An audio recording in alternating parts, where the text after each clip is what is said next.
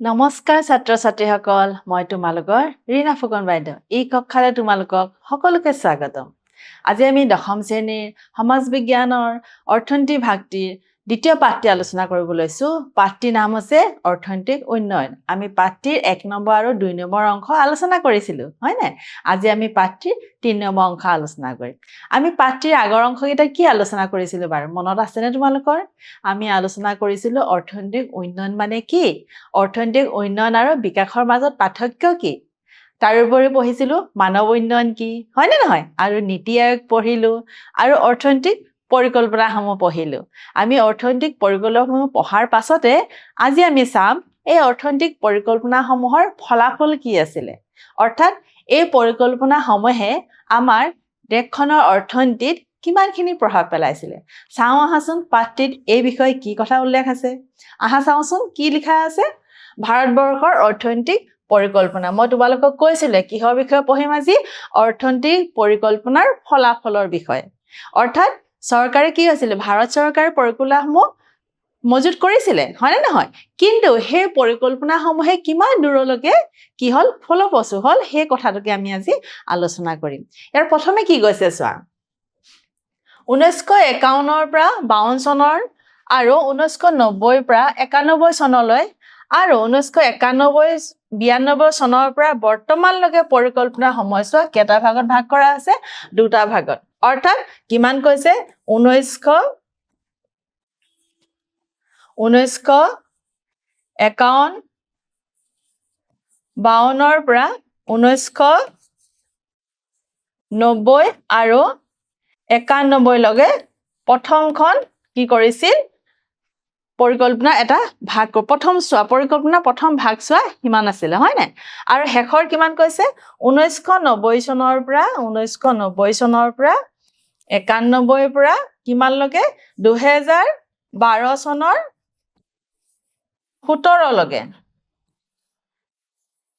এটো হৈছে দ্বিতীয় চোৱা অৰ্থাৎ পৰিকল্পনা প্ৰথম চোৱা হৈছে কি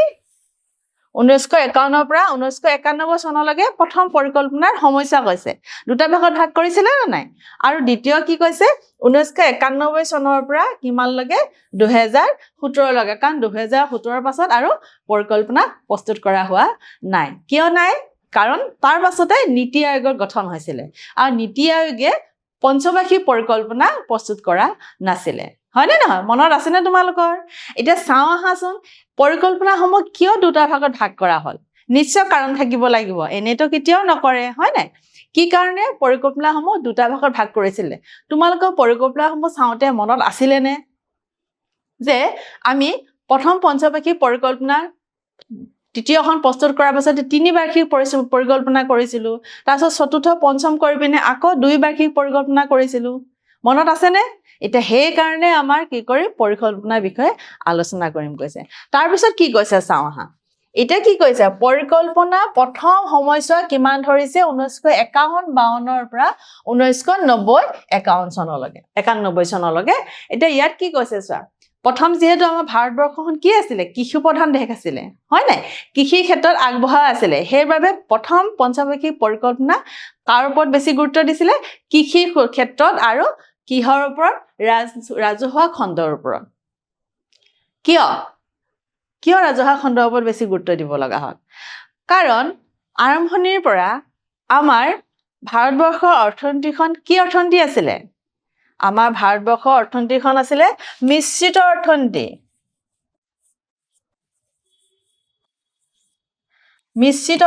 আছিল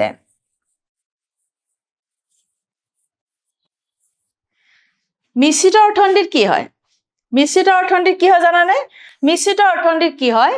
পুঁজিবাদী সকলক আমি গুৰুত্ব নিদো বা ব্যক্তিগত খণ্ডসকলক আমি গুৰুত্ব নিদো আমি কি কৰিম আমি পুঁজিবাদী আৰু ব্যক্তিসকলক বা সমাজবাদী সকলক আমি গুৰুত্ব দিম কিন্তু আমি চৰকাৰক অধিক গুৰুত্ব দিম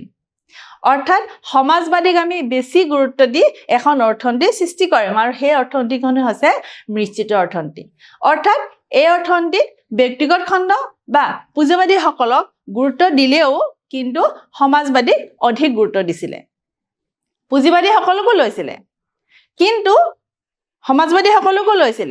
কিন্তু পুঁজিবাদী আৰু সমাজবাদী দুইটাৰে সংমিশ্ৰণ কৰি কিন্তু গুৰুত্ব কাক দিছিলে চৰকাৰী খণ্ডকে দিছিলে সেইবাবে সেই সময়ত সেই পৰিকল্পনাসমূহে কি কৰিছিল ৰাজহুৱা খণ্ডক অধিক গুৰুত্ব দিছিল এতিয়া চাওঁ আহাচোন কি কৈছে অৰ্থনৈতিক ক্ষেত্ৰত ৰাজহুৱা খণ্ডই আছিল আগশাৰী খণ্ড ৰাজহুৱা খণ্ড আমাৰ কি আছিলে কৃষি প্ৰধানে বেছি আছিলে হয় নাই তাৰ পিছত কৈছে ব্যক্তিগত খণ্ডৰ ভূমিকা গৌণ আছিল অৰ্থাৎ মই পুঁজিবাদী কথা কওঁতে ব্যক্তিগত খণ্ডৰ কথা কৈছিলো পুঁজিবাদীৰ ক্ষেত্ৰত বা ব্যক্তিগত খণ্ডৰ ক্ষেত্ৰত যথেষ্ট কম গুৰুত্ব দিয়া হৈছিল কৈছে তাৰ পিছত কি কৈছে চোৱা ভাৰতীয় অৰ্থনীতি ৰাজহুৱা খণ্ড আৰু ব্যক্তিগত খণ্ডৰ সহাৱস্থান সেয়েহে ইয়াক মিশ্ৰিত অৰ্থনীতি মই আগত তোমালোকক কৈছিলে যে মিশ্ৰিত অৰ্থনীতিৰ কথা কৈছিলো নে নাই তাত কি কৈছে যে ভাৰতৰ অৰ্থনীতি ৰাজহুৱা খণ্ডৰ লগতে ব্যক্তিগত খণ্ডৰ একেলগে কি কৰিছিল কাম কৰিছিলে অৰ্থাৎ ৰাজহুৱা খণ্ডৰ ব্যক্তিগত খণ্ডৰ দুইটাই লগে কাম কৰিব কিন্তু গুৰুত্ব কাক বেছি দিব চৰকাৰৰ সিদ্ধান্তক বেছি গুৰুত্ব দিব সেইবাবেহে আমাৰ অৰ্থনীতিখন কি মিশ্ৰ অৰ্থনীতি বুলি কৈছে আৰু সেই মিশ্ৰ অৰ্থনীতিৰ ওপৰত ভিত্তি কৰিয়ে পঞ্চবাৰ্ষিক পৰিকল্পনা প্ৰস্তুত কৰা হৈছিল তাৰ পাছত চাওঁ হা ঔদ্যোগিক নীতিৰ সমাজবাদী লক্ষ্যৰ বাবে ৰাজহুৱা খণ্ডৰ ভূমিকা অধিক উল্লেখযোগ্য আছিল অৰ্থাৎ সমাজবাদী লক্ষ্যটো লৈছিলে সমাজৰ উন্নতিৰ কথা চিন্তা কৰি কি হৈছিল পঞ্চবাৰ্ষিক পৰিকল্পনা প্ৰস্তুত কৰিছিলে আৰু সেই প্ৰস্তুত কৰোঁতে কিহৰ ওপৰত গুৰুত্ব দিছিলে ৰাজহুৱা খণ্ডৰ ওপৰত অধিক গুৰুত্ব দিছিলে কৈছে তাৰ পিছত চোৱা স্বাভাৱিকতে অৰ্থনৈতিক উন্নয়নত ৰাষ্ট্ৰৰ ভূমিকা গুৰুত্বপূৰ্ণ অৰ্থাৎ এই যি মিশ্ৰিত অৰ্থনীতি আছে সেই মিশ্ৰিত অৰ্থনীতিত ৰাষ্ট্ৰৰ কি আছে ভূমিকা গুৰুত্বপূৰ্ণ অৰ্থাৎ ৰাষ্ট্ৰক বেছি গুৰুত্ব দিছে ৰাজ্যখনৰ যি চৰকাৰ সেই চৰকাৰখনক বা দেশখনৰ যি চৰকাৰ সেই চৰকাৰখনক অধিক গুৰুত্ব দিছে সেইবাবেহে কি কৰিছে পুঁজিবাদী বা ব্যক্তিবাদী কথাটো নলয় আমাৰ সমাজবাদী আৰু মিশ্ৰ অৰ্থনীতিৰ ৰূপটো লৈছে আমাৰ ভাৰতখন কৃষি প্ৰধান হোৱাৰ বাবে আমি সকলোবোৰ দিশ চালি জাৰি চাব লগা হৈছে এই আলোচনা কৰোঁতে আমি অৰ্থাৎ পঞ্চবাৰ্ষিক পৰিকল্পনাৰ বিষয়ে আলোচনা কৰোঁতে আমি কি দিশ চাওঁ আহাচোন এই পৰিকল্পনাৰ প্ৰধান উদ্দেশ্য কি আছে জানানে অৰ্থনৈতিক বৃদ্ধিৰ হাৰ বৃদ্ধি কৰা আধুনিক প্ৰযুক্তিৰ প্ৰয়োগক গুৰুত্ব দিয়া আত্মনিৰ্ভৰশীল লাভ কৰিবলৈ আৰু সামাজিক ন্যায় নিশ্চিত কৰিবলৈ কি কৈছে অৰ্থনৈতিক হাৰ বৃদ্ধি কৰিব লাগিব প্ৰযুক্তিবিদ্যাৰ প্ৰয়োগ গুৰুত্ব দিব লাগিব মানুহ আত্মনিৰ্ভৰশীল হ'ব লাগিব তাৰ উপৰি সামাজিক ন্যায় মানে কি আমি এই সামাজিক যিবোৰ বৈষম্য আছে সেইবোৰ দূৰ কৰাটো আমি গুৰুত্ব দিব লাগিব কৈছে তাৰ পিছত কি কৈছে চোৱা এই যে পৰিকল্পনা কৰিলে 1951 পৰা 1990 চনলৈকে 91 চনলৈকে মই পঞ্চবাৰ্ষিক পৰিকল্পনা গোটেইখন সাঙুৰি পিনে তোমালোকক কৈছো যে এইখন প্ৰথম ষ্টেজ আছিলে পৰিকল্পনা প্ৰথম ষ্টেজ আছিলে হয় প্ৰথম ভাগ আছিলে এই প্ৰথম ভাগত কি হৈছিল আমাৰ পৰিকল্পনা যেনেধৰণে ভাবিছিল তেনেধৰণে কি হোৱা নাছিল উন্নতি হোৱা নাছিলে অৰ্থাৎ বহুখিনি বাধাৰ সন্মুখীন হৈছিলে বাধাৰ সন্মুখীন হোৱাৰ বাবে পঞ্চবাৰ্ষিক পৰিকল্পনা প্ৰস্তুত কৰিলেও কিন্তু কি কৰিব পৰা নাছিলে সেই পৰিকল্পনাসমূহে সমাজখনক বা আমাৰ অৰ্থনীতিক আগবঢ়াই লৈ যাব পৰা নাছিলে নিনিয়াৰ কাৰণে কি হৈছিল তাৰ কিছুমান কাৰক আছিলে তাৰ কিছুমান কাৰণ আছিলে কিছুমান অসুবিধা আছিলে সেই অসুবিধাসমূহৰ কাৰণে এই পঞ্চবাৰ্ষিক পৰিকল্পনা কেইখন ফলপ্ৰসূ হ'ব নোৱাৰিলে অৰ্থাৎ যি ধৰণে ভাবিছিলে সেই ধৰণে কি কৰিব নোৱাৰিলে আগবাঢ়ি যাব নোৱাৰিলে তাৰ কাৰণসমূহ আমাক দিছে কাৰণসমূহ চাওঁ আহা কাৰণ কি দিছে চোৱা তলৰ কাৰকসমূহৰ বাবে অৰ্থনৈতিক উন্নয়ন সন্তোষজনক হোৱা নাছিল তাৰ প্ৰথম কাৰণ হৈছে চীনৰ আগ্ৰাসন কিমান চনত হৈছে 1961 বা 1962 লৈকে চীন আৰু ভাৰতৰ যুদ্ধ হৈছিল তাৰ পিছত আহিলে ভাৰত পাক সংঘাত হৈছিল তাৰ পিছত বৰষুণৰ অভাৱ হৈছিল আৰু দ্ৰুত ৰাজনৈতিক পৰিৱৰ্তন অৰ্থাৎ চৰকাৰৰ কি হৈছিল এখন চৰকাৰৰ সলনি আন এখন চৰকাৰ আহিছিল এনে ধৰণৰ সমস্যা হৈছিল তাৰ উপৰি গড় বৃদ্ধি হাৰ আছিল অকল 3.5% হয় অৰ্থাৎ এই প্ৰথম পঞ্চবাৰ্ষিক পৰিকল্পনা গড় আয়ু কিমান আছিল 3.5% হে হৈছিলে কৈছে এই কাৰণসমূহৰ কাৰণে প্ৰথম কাৰণ কি কৈছে চীনৰ যুদ্ধ হোৱাৰ কাৰণে কি হৈছিল তিনিখন পঞ্চবাৰ্ষিক পৰিকল্পনা কৰাৰ পাছত তিনি বাৰ্ষিক কি পৰিকল্পনা কৰিছিল কাৰণ সেই সময়ত জৰুৰীকালীন অৱস্থা হৈছিল এই জৰুৰীকালীন অৱস্থাৰ কাৰণে পঞ্চবাৰ্ষিক পৰিকল্পনা প্ৰস্তুত কৰিব পৰা নাছিল আৰু সেই যি বাৰ্ষিক পৰিকল্পনা প্ৰস্তুত কৰিছিলে সেই বাৰ্ষিক পৰিকল্পনাসমূহে কিন্তু কি ইমান ভালদৰে কাম কৰিব পৰা নাছিলে কাৰণ সেই সময়ত দেশখনত কি হৈছিল যুদ্ধৰ পৰিস্থিতি হৈছিল আৰু এইফালে অৰ্থনৈতিক দিশটো যথেষ্ট নিম্নগামী হৈছিল বহু সমস্যাৰ সৃষ্টি হৈছিল তাৰ পিছত আকৌ পুনৰ ভাৰত পাকিস্তানৰ একেবাৰে ওচৰা-ওচৰিকে চোৱাচোন ডেটগিটা একেবাৰে ওচৰা-ওচৰিকে 1961 to 1962 আৰু এপিনে আহিলে 1965ত একেবাৰে ওচৰা-ওচৰিকৈ ভাৰত আৰু পাকিস্তানৰ যুদ্ধ হোৱাৰ বাবে প্ৰথম পঞ্চবাৰ্ষিক পৰিকল্পনা কি হৈছিল প্ৰথমে যিটো প্ৰথম চোৱা আছিল প্ৰথম কালটো আছিল ইমান কি লাভজনক হ'ব নোৱাৰিলে তাৰ পাছত কৈছে বৰষুণৰ অভাৱ সেই সময়ত কি হৈছিল সেই সময়ত বৰষুণৰ অভাৱ হোৱাৰ বাবে খেতি-বাতি ভাল হোৱা নাছিল যেনে ধৰণে আশা কৰিছিল তেনে ধৰণে কি হ'ব নোৱাৰিলে খেতিৰ উৎপাদন নহল ধানৰ উৎপাদন নহল ঘেঁহু উৎপাদন নহল সৰিয়হ উৎপাদন নহল এই উৎপাদন নোহোৱাৰ কাৰণে কি হৈছিল দেশত সমস্যাৰ খাদ্য সমস্যাৰ সৃষ্টি হৈছিল ইয়ে অৰ্থনৈতিক দিশটো যথেষ্ট নিম্নগামী কৰিছিলে গৈছে তাৰ উপৰিও দ্ৰুত ৰাজনৈতিক পৰিৱৰ্তন কেনেকৈ প্ৰথম পঞ্চবাৰ্ষিক পৰিকল্পনা আৰম্ভ কৰোঁতে কাৰ চৰকাৰ আছিল কংগ্ৰেছৰ চৰকাৰ আছিল হয় নে নহয় তাৰ পিছত কিন্তু কি হ'ল ভাৰতীয় জনতা পাৰ্টি আহিলে আকৌ পঞ্চবাৰ্ষিক পৰিকল্পনা পেটাৰ্নটো চেঞ্জ কৰি দিলে তেওঁলোকে ক'লে যে আমি 3 বছৰৰ মূৰে মূৰে পঞ্চবাৰ্ষিক মানে পঞ্চবাৰ্ষিক নহয় বাৰ্ষিক পৰিকল্পনা প্ৰস্তুত কৰিম বুলি তিনিখন বাৰ্ষিক পৰিকল্পনা প্ৰস্তুত কৰিছিলে এতিয়া সেই ৰাজনৈতিক পৰিৱৰ্তন হোৱাৰ লগে লগে সেই পৰিকল্পনাসমূহক গুৰুত্ব দিব পৰা নগল গৈছে তাৰ পাছত কি কৈছে গড় বৃদ্ধি হাৰ অৰ্থাৎ যেনেদৰে জনমূৰিয়াই বৃদ্ধি হ'ব লাগিছিল সেই ধৰণে কিন্তু এই পঞ্চবাৰ্ষিক পৰিকল্পনা কিখনত বৃদ্ধি নহল একেবাৰে নিম্নগামী হয় কিমান হ'ল 3.5% হ'ল ই কিন্তু আমাৰ সমস্যাৰ সৃষ্টি কৰিলে সেইবাবে প্ৰথম অৱস্থাত আমাৰ এই পঞ্চবাৰ্ষিক পৰিকল্পনাই প্ৰথম কালছোৱাত ইমান ফলপ্ৰসূ হ'ল বুলি আশা কৰিব নোৱাৰি গৈছে এতিয়া চোৱা যদিও পঞ্চবাৰ্ষিক পৰিকল্পনাই জাতীয় আয় বৃদ্ধি কৰিব নোৱাৰিলে কি ক্ষেত্ৰত কৃষিৰ ক্ষেত্ৰত বা উদ্যোগৰ ক্ষেত্ৰত নহয় আচলতে প্ৰথম পঞ্চবাৰ্ষিক পৰিকল্পনা উদ্যোগৰ কথা আহাই নাই ৰাজহুৱা খণ্ডৰ কথা আহিছিলে হয় নাই ৰাজহুৱা খণ্ডত যদিও কি গড় আয় বৃদ্ধি 3.5 হৈছিলে কিমান হৈছিলে 3.5 হয় নাই কিন্তু জাতীয় আয় কিছু পৰিৱৰ্তন হৈছিলে তাৰ কাৰণ আছে কি জানানে সেই সময়ত ৰাষ্ট্ৰীয় আয় সেৱা খণ্ডত অৱদান বঢ়াইছিলে 1950 পৰা 51 চনলৈ 28 পৰা 1990-91 চনত 40.5% বৃদ্ধি পাইছে জাতীয় আয় কিন্তু বাঢ়িছিলে কিহত বাঢ়িছিলে বেংকত বিনিয়োগত আমাৰ জাতীয় আয় বাঢ়িছিলে কিন্তু ৰাজহুৱা খণ্ড হিচাপে বা কৃষি প্ৰধান দেশ হিচাপে কৃষি খণ্ডত কিন্তু জাতীয় আয় বৃদ্ধি কৰিব নোৱাৰিলে গৈছে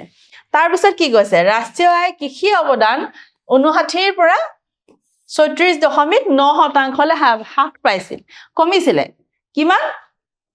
59% পৰা আহি একেবাৰে 34.9% লৈকে কমি গৈছিলে তেতিয়াহ'লে জাতীয় আয়টো আমাক কৃষি খণ্ডত বহুত তললৈ গৈছিলে হয়নে নহয় যিটো আমাৰ অসুবিধাৰ সমস্যা হৈছিলে তাৰ পিছত যেতিয়া আমি দেখিলো যে অৰ্থনৈতিক পৰিকল্পনা কিখনে কি হৈছে কৃষি ক্ষেত্ৰত আগবাঢ়িব পৰা নাই তেতিয়া হেউজ বিপ্লৱৰ সৃষ্টি হৈছিলে তোমালোকে হেউজ বিপ্লৱৰ নাম শুনিছানে নাই হেউজ বিপ্লৱ কিহৰ ওপৰত হৈছিলে আমাৰ কৃষি ক্ষেত্ৰত হৈছিলে হয় নাই এতিয়া চাওঁ আহাচোন হেউজ বিপ্লৱৰ ক্ষেত্ৰত কি হৈছিলে ইয়াত কি কৈছে ইয়াৰ অৰ্থ হ'ল কৃষি ক্ষেত্ৰত আধুনিক প্ৰযুক্তিৰ প্ৰয়োগে কঢ়িয়াই অনা কৃষি উৎপাদন বৃদ্ধি অৰ্থাৎ কি হৈছিল হেউজ বিপ্লৱত কৃষিৰ উন্নত প্ৰযুক্তিৰ কি বীজ ৰোপণ কৰা হৈছিল কৈছে যাৰ দ্বাৰা কি হৈছিল আমাৰ উৎপাদনবোৰ বাঢ়িবৰ কাৰণে উদগনি যোগাইছিলে অৰ্থাৎ হেউজ বিপ্লৱৰ সময়ত কি হৈছিল কৈছে চৰকাৰে কিছুমান উন্নত প্ৰযুক্তি ব্যৱহাৰ কৰি উন্নত বীজৰ ৰোপণ কৰিছিল কিহৰ ক্ষেত্ৰত ধান ঘেঁহু মৰাপাট এইবোৰৰ ক্ষেত্ৰত কিন্তু সেই হেউজ বিপ্লৱ এটা নিৰ্দিষ্ট কি জাগাত বা ঠাইলৈহে ৰখি গ'ল গৈছে কি হয় নগল ই বহলাই নগল কৈছে তাৰ কাৰণ কি চাবা কিন্তু সেউজ বিপ্লৱে ভাৰতৰ কেইখনমান ৰাজ্যত বিশেষকৈ পঞ্জাৱ আৰু হৰিয়ানা আৰু লগতে কেইটামান শস্য ধান আৰু ঘেঁহুতে সীমাবদ্ধ আছিল কৈছে এই সেউজ বিপ্লৱে কিন্তু ভাল কামেই কৰিছিলে হয়নে নহয় যেতিয়া হাইব্ৰিড বীজ ৰোপণ কৰিব তেতিয়া কি হ'ব আমাৰ উৎপাদন বৃদ্ধি হ'ব উৎপাদন বৃদ্ধি হোৱাৰ লগে লগে কি হ'ব আমাৰ ধানৰ ঘেঁহুৰ বা অন্যান্য সামগ্ৰীৰ কি হ'ব উৎপাদন বৃদ্ধি হোৱাৰ লগে লগে জনসাধাৰণে তাৰ সুবিধা লাভ কৰিব কিন্তু সেই সেউজ বিপ্লৱৰ যিটো প্ৰচেষ্টা আছিলে ই কিন্তু পঞ্জাৱ আৰু হাৰিয়ানাতে ক'ত পঞ্জাৱ আৰু হাৰিয়ানাতে সীমাবদ্ধ হৈ থাকিল আমাৰ অসমলৈ নাহিলে কিন্তু তাৰপিছত কি হ'ল কৈছে আৰু সি অকল ধান আৰু ঘেঁহু এই দুটা শস্যতহে কিন্তু কি কৰিলে সীমাবদ্ধ হৈ থাকিল আৰু বেলেগ বেলেগ শস্যলে সেই সেউজ বিপ্লৱ আগবাঢ়ি নগ'ল সেইবাবে কি হৈছে কৈছে প্ৰথম পঞ্চবাৰ্ষিক পৰিকল্পনাসমূহত এই আমাৰ উৎপাদনৰ পৰিমাণ যথেষ্টখিনি কি হৈছিল হ্ৰাস পাইছিল কৈছে এতিয়া কৈছে দ্বিতীয় পঞ্চবাৰ্ষিক পৰিকল্পনাত কি হৈছিল চোৱা 1991-92 চনৰ পৰা আজিলৈকে আমাৰ কিমান 2012 পৰা 2017 লৈকে দেই মনত ৰাখিবা এইখনে লাষ্ট পঞ্চবাৰ্ষিক পৰিকল্পনা 2012 পৰা 2017 চনত আজিলৈকে কি হৈছে দ্বিতীয় পৰ্যায় বুলি ধৰি লৈছে পঞ্চবাৰ্ষিক পৰিকল্পনা দ্বিতীয় পৰ্যায় হয় এই সময়ছোৱাত উদাৰীকৰণ ব্যক্তিগতকৰণ আৰু বিশ্বায়ন গুৰুত্ব বৃদ্ধি পাইছে আৰু ৰাজহুৱা খণ্ডৰ গুৰুত্ব সেইখিনিলৈকে হ্ৰাস পাইছে অৰ্থাৎ প্ৰথম যেতিয়া দেখিলে যে ৰাজহুৱা খণ্ডই আমাৰ কি কৰিব পৰা নাই দেশৰ অৰ্থনৈতিক উন্নয়ন আগবঢ়াই নিব পৰা নাই তেতিয়া সেই সময়ত চৰকাৰে নৰসিংহ ৰাও চৰকাৰে কি কৰিছিল তেওঁ কৈছিল যে আমি নেক্সট যিটো পঞ্চবাৰ্ষিক পৰিকল্পনা আছে তাত আমি কিহৰ ওপৰত গুৰুত্ব দিম উদাৰীকৰণ ব্যক্তিগতকৰণ আৰু বিশ্বায়ন লিবাৰেলাইজেশ্যন প্ৰাইভেটাইজেশ্যন আৰু গ্লোবালাইজেশ্যন যাক আমি কি বুলি কওঁ LPG ফ্ৰম লিবাৰেশ্যন প্ৰাইভেটাইজেশ্যন আৰু গ্লোবালাইজেশ্যন তাতে উদাৰীকৰণ ব্যক্তিগতকৰণ আৰু কিহৰ বিশ্বায়নৰ ওপৰত গুৰুত্ব দিলে কৈছে এই যে ব্যক্তিগত খণ্ড উদাৰী খণ্ডৰ বিশ্বায়নৰ যিটো ধাৰণা আনিলে ই কিন্তু পঞ্চবাৰ্ষিক পৰিকল্পনাত বহুখিনি উন্নত কৰিলে গৈছে তাৰ দ্বাৰা আমাৰ ভাৰতৰ অৰ্থনীতি কিন্তু বহুতখিনি আগবাঢ়ি গ'ল গৈছে চাওঁ আহাচোন কি লিখিছে এটা কি কৈছে চা তিনিটা গুৰুত্বপূৰ্ণ কাৰকে ভাৰতীয় অৰ্থনীতিত ইমান উল্লেখযোগ্য পৰিৱৰ্তন আনিছে তাৰমানে এই তিনিটা কোন কি তিনিটা LPG লিবাৰেশ্যন প্ৰাইভেটাইজেশ্যন আৰু গ্লোবালাইজেশ্যন উদাৰীকৰণ ব্যক্তিগতকৰণ আৰু বিশ্বায়নে কি কৰিছিল আমাৰ ভাৰতৰ অৰ্থনীতিত বহুত প্ৰভাৱ পেলাইছিল ভাৰতীয় অৰ্থনীতিখন আগবঢ়াই লৈ যোৱাত উন্নয়নৰ হাৰ বৃদ্ধি হোৱাত যথেষ্টখিনি আগবঢ়াইছিল আৰু সেইবাবে কি হৈছিল আমাৰ অৰ্থনীতিয়ে বৰ্তমান সময়ত কি হৈছিল আগবাঢ়ি যাবলৈ সুবিধা পাইছিল গৈছে এতিয়া চাওঁ আহাচোন কি খণ্ডত হৈছিল সামগ্ৰিক ৰাজহ অতিক্ৰম কৰিছিল যাৰ ফলত এক বৃহৎ বিত্তীয় ঘাটিৰ সৃষ্টি হৈছিল অৰ্থাৎ ঘাটি বাজেটৰ সৃষ্টি হৈছিল যিমানখিনি উৎপাদন হৈছিল বা যিমানখিনি আমাৰ আয় হৈছিল তাতকৈ আমাৰ ব্যয় বেছি হৈছিল হিয়ে কি হৈছিল ঘাটি বাজেটৰ সৃষ্টি হৈছিল আচলতে কি জানানে এই উদাৰীকৰণ আৰু প্ৰাইভেটাইজেশ্যন ব্যক্তিগতকৰণ আৰু বিশ্বায়ন আনাৰ এইকেইটা কাৰক আচলতে বেছি গুৰুত্বপূৰ্ণ তাৰপিছত কি কৈছে ৰাজহুৱা খণ্ডত ৰাজহুৱা ব্যয়ৰ পৰিমাণ বছৰৰ পিছত বছৰ ধৰি বৃদ্ধি পাইছিল যদিও ৰাজহুৱা খণ্ডৰ উদ্যোগসমূহৰ বিপুল সংখ্যকে যথেষ্ট লোকচানৰ সন্মুখীন হৈছিল আৰু সেয়েহে ৰাজহুৱা ব্যয়ৰ লাভ কম আছিল গৈছে অৰ্থাৎ ৰাজহুৱা খণ্ডৰ ৰাজহুৱা ব্যয়ৰ পৰিমাণ বছৰৰ পিছত বছৰ বৃদ্ধি পাইছিল কি কৈছে বুজি পাইছেনে বাক্যতে কি কৈছে যে ৰাজহুৱা খণ্ডত মানে চৰকাৰৰ খণ্ডবোৰত চৰকাৰে কি কৰিছিল অধিক ব্যয় কৰিছিল কিন্তু সেই ব্যয়ৰ তুলনাত আয় কম হৈছিল গৈছে অৰ্থাৎ উৎপাদন কম হৈছিল যি আদান প্ৰদানৰ লেনদেনৰ যি প্ৰক্ৰিয়া আছিল তাৰ পৰিমাণ কম হৈছিল তাৰ ফলত কি হৈছিল বাজেটৰ ঘাটিৰ সৃষ্টি হৈছিল গৈছে তাৰপিছত চোৱা 1990 চনত 246টা ৰাজহুৱা খণ্ডৰ উদ্যোগৰ ভিতৰত 58টা আছিল অসুস্থ উদ্যোগ অৰ্থাৎ 1990 244টা ৰাজহুৱা খণ্ডৰ ভিতৰত 58টাই আছিল ৰুগীয়া অৰ্থাৎ একেবাৰে সম্পূৰ্ণৰূপে কি অভাৱগ্ৰস্ত যাৰ আমি খণ্ডটো ৰাজহুৱা খণ্ডবোৰ অভাৱে আমি পূৰণ কৰিব পৰা নাই তাত বিনিয়োগ কৰিলে কিবা লাভ হ'ব জানো নহয় সেইবাবে আমাৰ অৰ্থনীতিখন কি হৈছিল এই ৰাজহুৱা খণ্ডৰ পৰা ওলাই আহি ব্যক্তিগত খণ্ডলৈ আৰু উদাৰীকৰণ নীতি আৰু বিশ্বায়নলৈ ঢাপলি মেলিছিল কৈছে তাৰ পিছত চোৱা আন বহুতো আছে লোকচান হোৱাৰ উদ্যোগ তাৰ উপৰিও আন বহুতকেইটা কাৰণ কি আছিল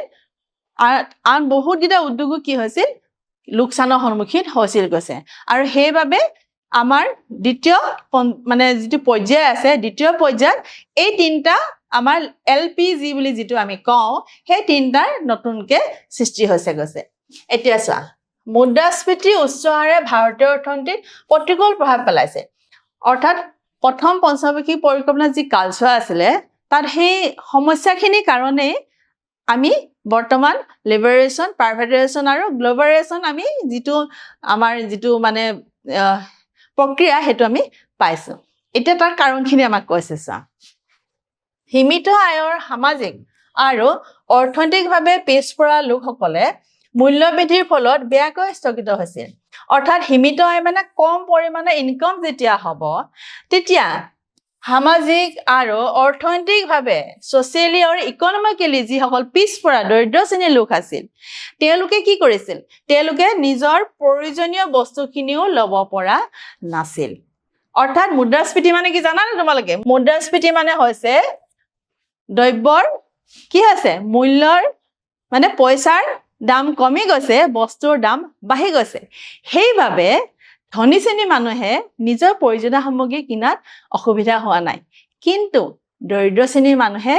নিজৰ প্ৰয়োজনীয় সামগ্ৰীসমূহ কিনিবলৈ অপৰাগ হৈছে ইয়ে অৰ্থনীতিখনৰ লগতে সমাজখনতো এটা বেয়া প্ৰভাৱ পেলাইছে গৈছে তাৰপিছত চোৱা ভাৰতৰ বেলেন্স অফ পেমেন্ট অৰ্থাৎ বৈদেশিক বিনিময় অৱস্থা অতিশয় আমনিদায়ক আছিল এটা বৰ দীঘলীয়া প্ৰচেছ আছিল বৈদেশিক বিনিময়ৰ যিটো প্ৰক্ৰিয়া ভাৰতৰ বৈদেশিক বিনিময় যিটো প্ৰক্ৰিয়া বৰ দীঘলীয়া এটা প্ৰচেছৰ মাজেৰে গৈছিল সেইবাবে বিদেশৰ পৰা যিসকল বিনিয়োগ কৰিছিল তেওঁলোকৰ কি হৈছিল সমস্যাৰ সৃষ্টি হৈছিল আমনিদায়ক হৈছিল বুলি কোৱা হৈছে এতিয়া চাওঁ আহাচোন কি কৈছে ভাৰতলৈ ধনৰ প্ৰৱাহ হ্ৰাস পাইছিল ইয়াৰ বিপৰীতে ভাৰতৰ পৰা পুঁজিৰ বহিঃপ্ৰৱাহ হৈছিল ফলস্বৰূপে বৈদেশিক বাণিজ্যৰ ঘাটি আতংকজনকভাৱে বৃদ্ধি পাইছিল অৰ্থাৎ কি কৈছে বৈদেশিক বিনিয়োগৰ পৰিমাণ ভাৰতত কমিছিলে বাহিৰৰ পৰা মানুহে কম বিনিয়োগ কৰিছিলে আৰু আমাৰ ইয়াৰ মানুহে বাহিৰত বেছি বিনিয়োগ কৰিছিল বাহিৰৰ পৰা বিনিয়োগ কৰিলেহে আমাৰ ইয়াত কি আহিব পইচা আহিব হয় নে নহয় আমাৰ দেশখন অৰ্থনৈতিকভাৱে উন্নতি হ'ব কিন্তু আমাৰ মানুহে যদি বাহিৰত বিনিয়োগ কৰিব যায় তেতিয়া কিন্তু কি হ'ব আমাৰ ইয়াৰ মূলধনৰটো বাহিৰলৈ ওলাই যাব এনেধৰণে কি হৈছিল পুঁজিৰ বহিঃপ্ৰৱাহ হৈছিল আৰু তাৰ ফলস্বৰূপে আমাৰ দেশখনত অৰ্থনৈতিকভাৱে আৰুহে পিছ পৰি গৈছে তাৰপিছত কি কৈছে চোৱা এনে পৰিস্থিতিত বিশ্ব বেংকে ভাৰতীয় অৰ্থনীতিৰ গাঁথনিগত পৰিৱৰ্তনৰ পৰামৰ্শ দিছিল এতিয়া বিশ্ব বেংকে ক'লে যে আমাৰ অৰ্থনীতিখন ইমানে বেছি প্ৰভাৱ পৰিছিলে যে তেওঁলোকে পৰামৰ্শ দিছিলে যে আমাৰ কি পঞ্চবাৰ্ষিক পৰিকল্পনাৰ যিটো প্ৰক্ৰিয়া ই কিছু সলনি কৰিব প্ৰক্ৰিয়াটো আচলতে নহয় পঞ্চবাৰ্ষিক পৰিকল্পনাত নতুন কিছুমান আঁচনি সংযোগ কৰিব লগা হয় পৰিস্থিতি আহিলে কৈছে আৰু নৰসিংহ ৰাও চৰকাৰে আৰম্ভ কৰিলে অৰ্থনৈতিক সংস্কাৰ কি অৰ্থনৈতিক সংস্কাৰ নৰসিংহ ৰাও চৰকাৰে ক'লে যে আজি এতিয়াৰ পৰা আমি কি কৰিম 1990 পৰা 1991 লৈকে কিমান 1990 পৰা 91 যিটো পৰিকল্পনা আছিলে সেই পৰিকল্পনাৰ পাছৰ পৰাই পঞ্চবাৰ্ষিক পৰিকল্পনাৰ পাছৰ পৰাই নৰসিংহ ৰাৱে তিনিটা নতুন কি আনিছিলে উদ্যোগ লৈ আনিছিলে ব্যক্তিগতকৰণ উদাৰীকৰণ আৰু বিশ্বায়ন এতিয়া এই উদাৰীকৰণ বুলি ক'লে হয় লিবাৰেশ্যন অৰ্থাৎ আমি সকলোকে উদাৰভাৱে কি কৰিব দিছো ব্যৱসায় বাণিজ্য কৰিব দিছো আমাৰ পৰা কোনো কি নাহে বাধা নাহে কৈছে ব্যক্তিগতকৰণ কি কৈছে আমি কিছুমান চৰকাৰী খণ্ড কি হৈছিল অতি বেয়া অৱস্থাত আছিল, যাক আমি কি কৰিব পৰা নাই, চৰকাৰে চলাই নিব পৰা নাই। তেতিয়া গভৰ্ণমেণ্টে ক'লে যে আমি এই খণ্ডকেইটা আমি ব্যক্তিগত মানে প্ৰাইভেট খণ্ডলৈ পঠিয়াই দিওঁ। তেতিয়া যাৰ ওচৰত পইচা আছে, ধনী মানুহ যিখিনি আছে, তেওঁলোকে কি কৰিছিল, সেই কোম্পানীটো কিনি লৈছিল।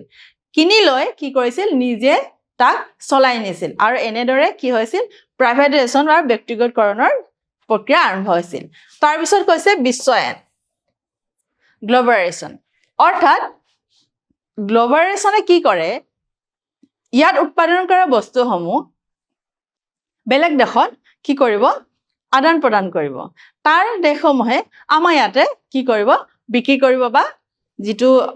আদান প্ৰদানৰ প্ৰক্ৰিয়া সেইটো চলাই নিব। আৰু সেই প্ৰক্ৰিয়াত বৈদেশিক বিনিময় হাৰ অতি কমাই দিছিলে। গভৰ্ণমেণ্টে কৈছিলে যে আমি কম সুতৰ হাৰে ল'ম, আমি কম পইচা ল'ম, তোমালোকে ইয়াত কি কৰা, বিনিয়োগ কৰা আৰু আমাক কি কৰা, অৰ্থনীতিখনক সমৃদ্ধ কৰা বুলি তেওঁলোকে কৈছিলে, মানে গভৰ্ণমেণ্টে কৈছিলে। আৰু সেইবাবে এই তিনিটা LPG যিটো ফৰ্ম, LPG ফৰ্মটো আমাৰ ভাৰতবৰ্ষত স্থাপন হৈছিল কৈছে। আৰু এনেদৰে আমাৰ অৰ্থনীতি কিছু ক্ষেত্ৰত আগবাঢ়ি গ'ল কৈছে। এতিয়া চোৱাচোন, অৰ্থনৈতিক সংস্কাৰৰ ইতিবাচক প্ৰভাৱ। এই যে অৰ্থনৈতিক সংস্কাৰখন আনিলে, তাৰ প্ৰভাৱ কেনেকুৱা হ'ল তাৰ ওপৰত আলোচনা কৰিছে। অৰ্থনীতিৰ হাৰ বৃদ্ধি পাইছিলে কিমান, 2005, 6, 6, 7 আৰু 7, 8ত কিমান হৈছিল, 9.5, 9.7 আৰু 9.2লৈ। যিটো প্ৰথমে কিমান আছিলে, 3.5 আছিলে, হয় নে নহয়, 3.5 আছিলে নে নাই? প্ৰথম পৰ্যায়ৰ যিটো কি আছিলে, অৰ্থনৈতিক পৰিকল্পনাৰ উন্নয়নৰ হাৰ 3.5 আছিলে। কিন্তু পাছলৈ কি হ'লগৈ, 9.5, 9.7 আৰু 9.2লৈ বৃদ্ধি হ'ল কৈছে। কিয়, সেই উদাৰীকৰণ, বিশ্বায়ন আৰু তোমাৰ ব্যক্তিগতকৰণৰ যিটো প্ৰভাৱ পৰিলে তাৰ বাবে। তাৰপিছত কি কৈছে চোৱা, 2009-10 চনৰ পৰা 2012-13 চনলৈকে গড় বৃদ্ধি হাৰ 6.7 হ'ল। আমাৰ গড় বৃদ্ধি হাৰ মানে জাতীয় আয় আমাৰ কি হৈছে, 6.7লৈ বৃদ্ধি পাইছে গৈছে। তাৰপিছত শেহতীয়া অৰ্থনৈতিক জৰীপে 2013-14 চনৰ বাবে কি 2.7 বৃদ্ধি হাৰ ধৰা হৈছিল। অৰ্থাৎ 2013-14 চনত কি হৈছিল, এই বৃদ্ধি 6.7ৰ পৰা 7.2লৈ আগবঢ়াই নিব বুলি আশা কৰিছিল কৈছে। তাৰপিছত কি কৈছে চোৱা, দ্বিতীয়তে পাইকাৰী মূল্যৰ সূচকাংশত নিম্নগামী ধাৰা দেখা গৈছে, কিন্তু খুচুৰা মূল্যৰ একে হাৰত কমি অহা নাই। অৰ্থাৎ কি হৈছে, কোম্পানীবোৰে পাইকাৰী মূল্যত বস্তু দাম কমাই দিছে, কিন্তু খুচুৰা সেই সৰু সৰু দোকানীবোৰে যেতিয়া বিক্ৰী কৰিব, তোমালোকে পাইকাৰী আৰু খুচুৰা মাজত পাৰ্থক্য গম পাইছা নে নাই? পাইকাৰী বুলি ক'লে আমি সুলভ মানে কি হয়, আমি সৰহ সংখ্যক বস্তু কিনি আনে, কোনো এখন দোকানে সৰহ সংখ্যক ক'ৰ পৰা, কোম্পানীৰ পৰা কিনি আনিব, ডাইৰেক্টলি প্ৰত্যক্ষভাৱে কিনি আনিব, আৰু তেওঁলোকে কি কৰিব, কিনি আনি সেইখিনি খুচুৰা ব্যৱসায়িক দিব। এতিয়া কোম্পানীৰ পৰা ডাইৰেক্ট যেতিয়া কিনি আনিব, কিনি আনিলে যিটো বস্তু উৎপাদনৰ দাম, সেই দামটোৱে তেওঁলোকে কম লাভত কি কৰিব, বিক্ৰী কৰিব। আৰু খুচুৰা ব্যৱসায়ীসকলক সেই পাইকাৰী ব্যৱসায়ীয়ে কি কৰিব, তেওঁ কিছু নিজৰ সুবিধা অনুসৰি কি কৰিব, এটা নিৰ্দিষ্ট পৰিমাণৰ দাম দিব। কিন্তু সেই দামটো MRP মেক্সিমাম ৰিটেইল প্ৰাইচতকৈ কেতিয়াও বেছি হ'ব নোৱাৰে। সেইটো কিন্তু তোমালোকে চাবা, আমি মেক্সিমাম ৰিটেইল প্ৰাইচতকৈ বেছি কেতিয়াও আমি কি দিব নোৱাৰোঁ, আমি বস্তু এটা দাম দিব নোৱাৰোঁ। কিন্তু আমি এটা দ্ৰব্য ইয়াতকৈ আমি কম দামত ল'ব পাৰোঁ। কিয়? কাৰণ তাতে কি আহিব, পাইকাৰীৰ এটা অংশ আহিব, খুচুৰা মূল্য এটা অংশ আহিব, আৰু আমি ডাইৰেক্ট যে কোম্পানীৰ পৰা কিনি ল'ম তাৰ এটা অংশ আহিব। এনেদৰে তিনিটা অংশ ভাগ কৰি কৰি শেষত খুচুৰা ব্যৱসায়ীজনে কি কৰিব, এই দামৰ পৰা এটা অংশ নিজে ৰাখি বাকী তেওঁলোকে MRP মূল্যত বস্তু বিক্ৰী কৰিব লাগিব। এতিয়া কৈছে যে এই পাইকাৰী মূল্যৰ দাম কমিছে, কিন্তু খুচুৰা মূল্যৰ দাম কমা নাই। অৰ্থাৎ কোম্পানীৰ পৰা পাইকাৰীসকলে কম দামত আনিছে, কিন্তু খুচুৰাসকলে, দোকানীসকলে সেইটো কিন্তু কি কৰা নাই, দাম কমাই দিয়া নাই। তাৰ ফলত কি হৈছে, যদিও দাম কমা নাই, কি হৈছে, মানুহবোৰ অৰ্থনৈতিকভাৱে সবল হ'ব পাৰিছে, হয়নে নহয়? তাৰপিছত চাওঁ আহা, তৃতীয়টো কাৰণ দিছে, ভাৰতীয় ৰিজাৰ্ভ বেংকৰ সৈতে বিদেশী মুদ্ৰাৰ মজুত যথেষ্ট বৃদ্ধি পাইছে। অৰ্থাৎ LPG ফৰ্মে কি কৰিছিল, বৈদেশিক মুদ্ৰাৰ ভাণ্ডাৰ কি কৰিছিল বৃদ্ধি কৰিছিল কৈছে কেনেকৈ এটা চাওঁ আহা 2015 চনৰ জুলাইত এই ধনৰাশি আছিল কিমান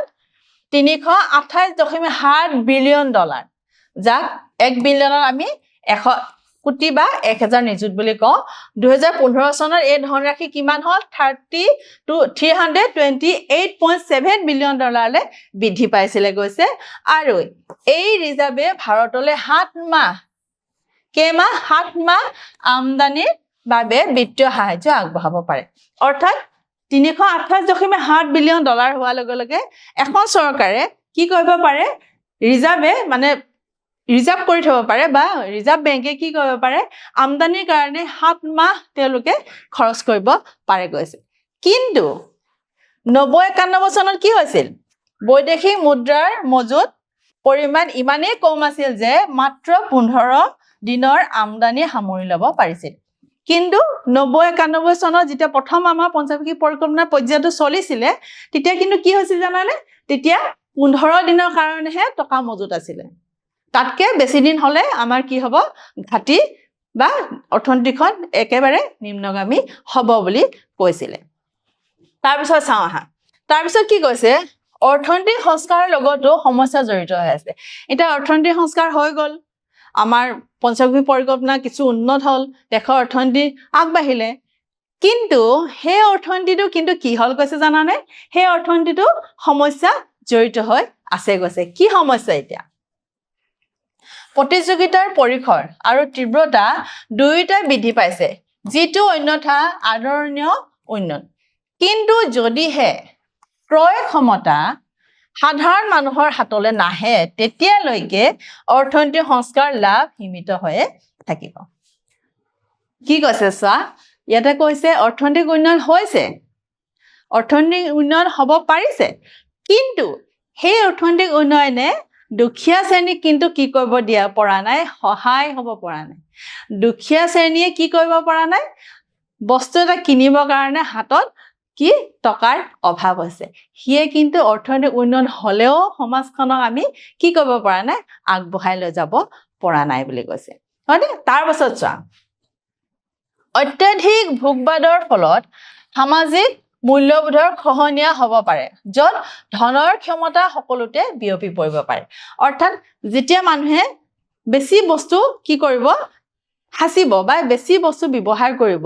তেতিয়া ভোগবাদৰ সৃষ্টি হ'ব আমি আগতে আলোচনা কৰিছো ভোগবাদ মানে কি বিলাসী সামগ্ৰী যেতিয়া আমি বেছি কিনিম তেতিয়া আমি ভোগবাদৰ কথা উল্লেখ কৰিছিলো মনত আছে নিশ্চয় তোমালোকৰ হয় নে নহয় এটা তাকে কৈছে চোৱা যদি ভোগবাদৰ ওপৰত আমি বেছি গুৰুত্ব দিও বিলাসী সামগ্ৰীৰ ওপৰত আমি বেছি গুৰুত্ব দিও তেতিয়া কিন্তু মানুহৰ মূল্যবোধৰ কি পৰিমাণ হ্ৰাস পাব বুলি কৈছে তাৰ পিছত চোৱা বিশ্বায়নৰ পৰিচালনাই গুৰুত্ব লাভ কৰিছিল গোলকীকৰণে জাতীয় স্বাৰ্থ আগুৱাই নিয়াৰ লগতে সংঘৰ্ষত আহিব নালাগে অৰ্থাৎ গ্লোবালাইজেশ্যন পৰিচালনা কৰিলে কি কৈছে যে আমি গ্লোবালাইজেশ্যন কৰাৰ লগে লগে বাহিৰৰ দেশৰ লগত আমাৰ দেশবোৰৰ কি হ'ব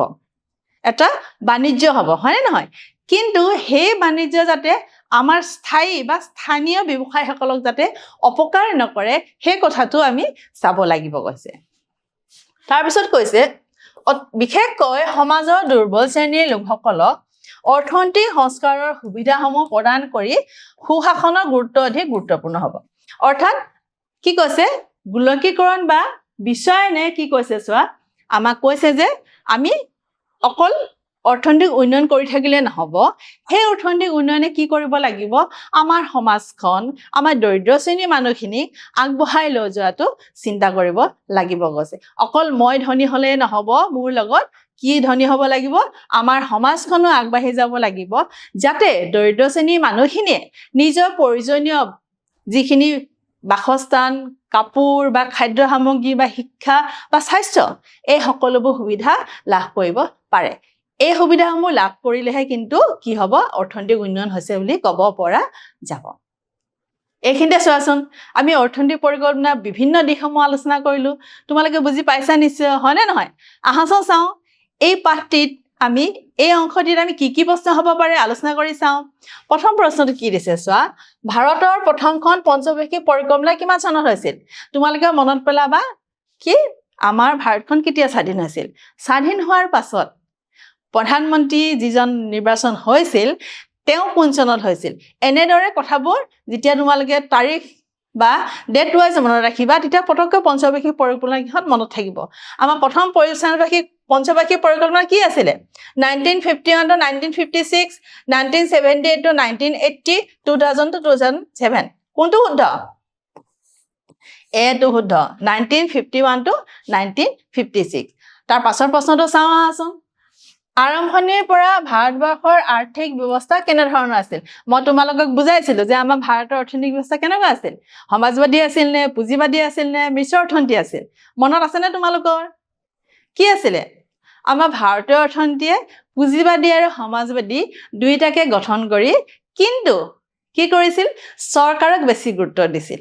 হয়নে নহয় অৰ্থাৎ ব্যক্তিগত খণ্ড আৰু সামাজিক খণ্ড বা সমাজবাদীক দুইটাকে গুৰুত্ব দি কিন্তু কাক বেছি গুৰুত্ব দিছিল চৰকাৰৰ সিদ্ধান্তক বেছি গুৰুত্ব দিছিল সেইবাবে আমাৰ অৰ্থনীতিখন কি অৰ্থনীতি আছিল মিশ্ৰিত অৰ্থনীতি আছিল নে নাই আমাৰ কি ভাৰতৰ আৰ্থিক ব্যৱস্থাটো কি আছিল প্ৰথম অৱস্থাত মিশ্ৰিত আৰ্থিক ব্যৱস্থা আছিল কৈছে তাৰ পাছৰ প্ৰশ্নটো চাওঁ আহাচোন ভাৰত আৰু চীন দেশৰ মাজত কিমান চনত যুদ্ধ হৈছিল মনত আছেনে মই 2-3 বাৰ তোমালোকক কৈছো ভাৰত আৰু চীনৰ মাজত আৰু পাকিস্তানৰ লগতো হৈছিল নাই ভাৰত আৰু চীনৰ লগত কিমান চনত হৈছিল 1961 to 1962 1964 to 1965 1912 to 1917 কোনটো শুদ্ধ আমাৰ 1 নম্বৰটো শুদ্ধ 1961 to 1965 এটো হৈছিল চীনৰ লগত পাকিস্তানৰ লগত কেতিয়া আছিল মনত আছে 1965 পাকিস্তানৰ লগত হৈছিল মনত ৰাখিবা প্ৰশ্ন আহিব পাৰে এই প্ৰশ্নখিনি তোমালোকে বহি লিখি লবা আৰু তোমালোকে পাঠটি নিশ্চয় ভালকৈ বুজি পাইছা আমি অহা খণ্ডত এই পাঠটিৰ আন এটি অংক আলোচনা কৰিম আজিলৈ তোমালোকক ধন্যবাদ